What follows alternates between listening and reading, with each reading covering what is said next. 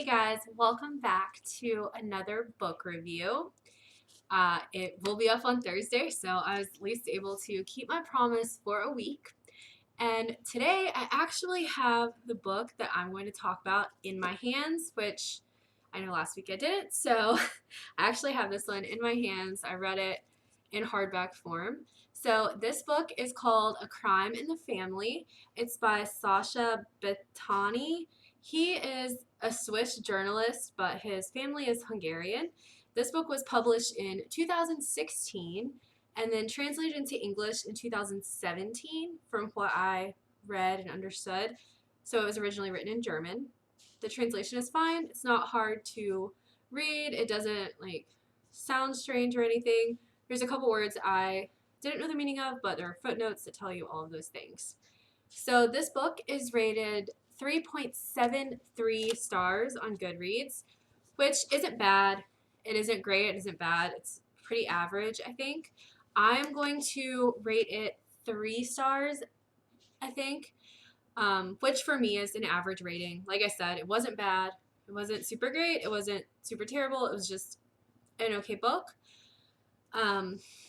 My main issue with the book wasn't really the subject matter, but it was that it wasn't really what I thought it was going to be.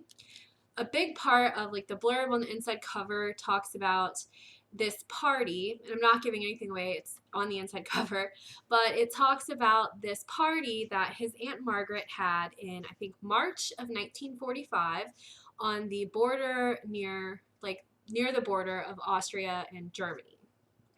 And at this party, some of the local men, they could have been SS officers, locals, just Nazis in general, left the party, killed 180 Jews, and buried them in a mass grave, and then returned. So he is told about this story, and then this is sort of his quest to find out the truth, his kind of identity crisis, if you will. And a big part of it is that, I guess, the first third of it maybe sort of deals with that. But then we kind of go into a little bit deeper other things having to do with the war. His grandfather was a soldier and then spent 10 years in a gulag in Russia. His grandmother was in Hungary, part at their family's castle, part at their hunting lodge, and then part in Budapest. And he has her diary, and he also has the diary of a local woman who got sent to Auschwitz from there, and she survived. She's in Argentina.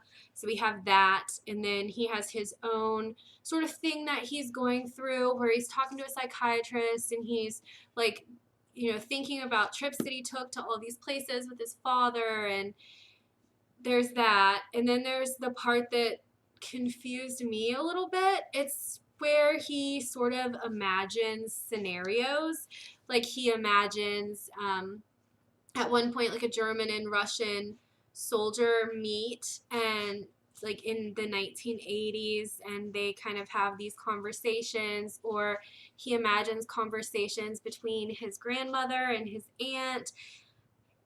And that was just a little bit strange for me. I wasn't sure of the purpose of that, or if it really had a purpose, or what, because that part seemed almost like historical fiction-esque, and then the rest is told through his personal experiences and remembrances and diary entries from both of those women.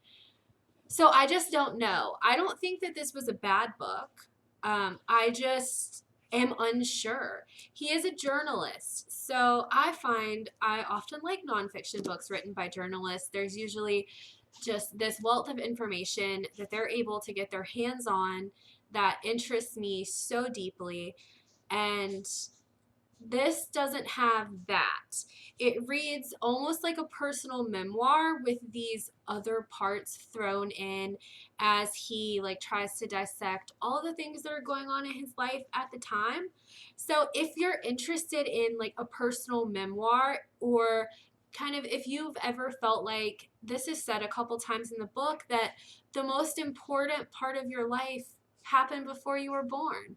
If you have a deep connection with the things that your family did in the past, then this is a great book for you because it's someone that's going through that. It's someone who is so interested in what happened in the past that he cannot let it go in the present.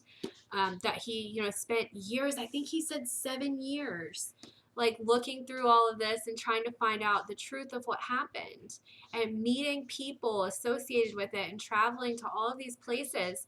And if that's something that you've ever felt like, I think this is a great book for you.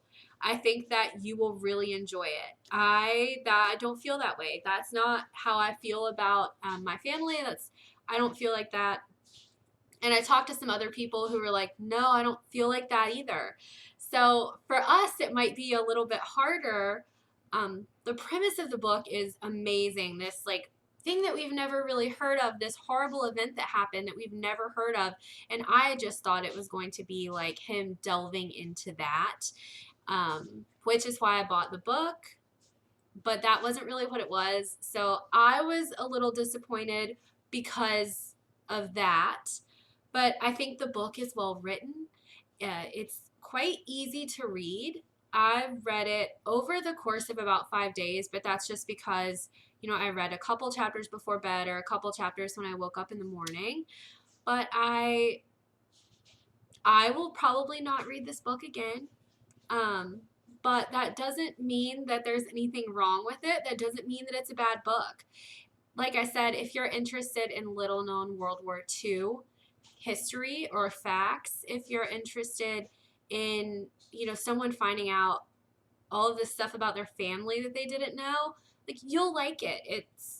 It's an interesting book. It probably wasn't for me, I don't think, but it was a very interesting book, and I don't really have anything bad to say about the book itself. I don't have anything bad to say about the writing. I don't even really have anything bad to say about the story that was told. Just it wasn't the type of book that I would normally pick up. So I will say I saw it on Kindle. It is a little bit expensive on Kindle. It's like $18.99 on Kindle. That's American, and then it's probably on iBooks and it's probably the same price. And I actually went to I'll just hold it up again so you can see it because it actually has a really nice cover and everything. So I actually went to the Dollar Tree and managed to find this book for $1. So that was really good for me. I picked it up because it sounded really interesting. But yeah, like I said, it's a little bit expensive. If you can find it at a secondhand bookstore or at the Dollar Tree or even at like Walmart or something, it's probably going to be cheaper than buying it on Kindle. But you can also probably check it out from your library if you use a library app. So yeah, that's the book that I have for you this week. It wasn't what I'd planned, but maybe I can get the one that I'd planned to read this week. I'm not going to tell you what it is just in case I don't do it. But yeah, I'll be back next Thursday with another book review. I hope you guys have a great week.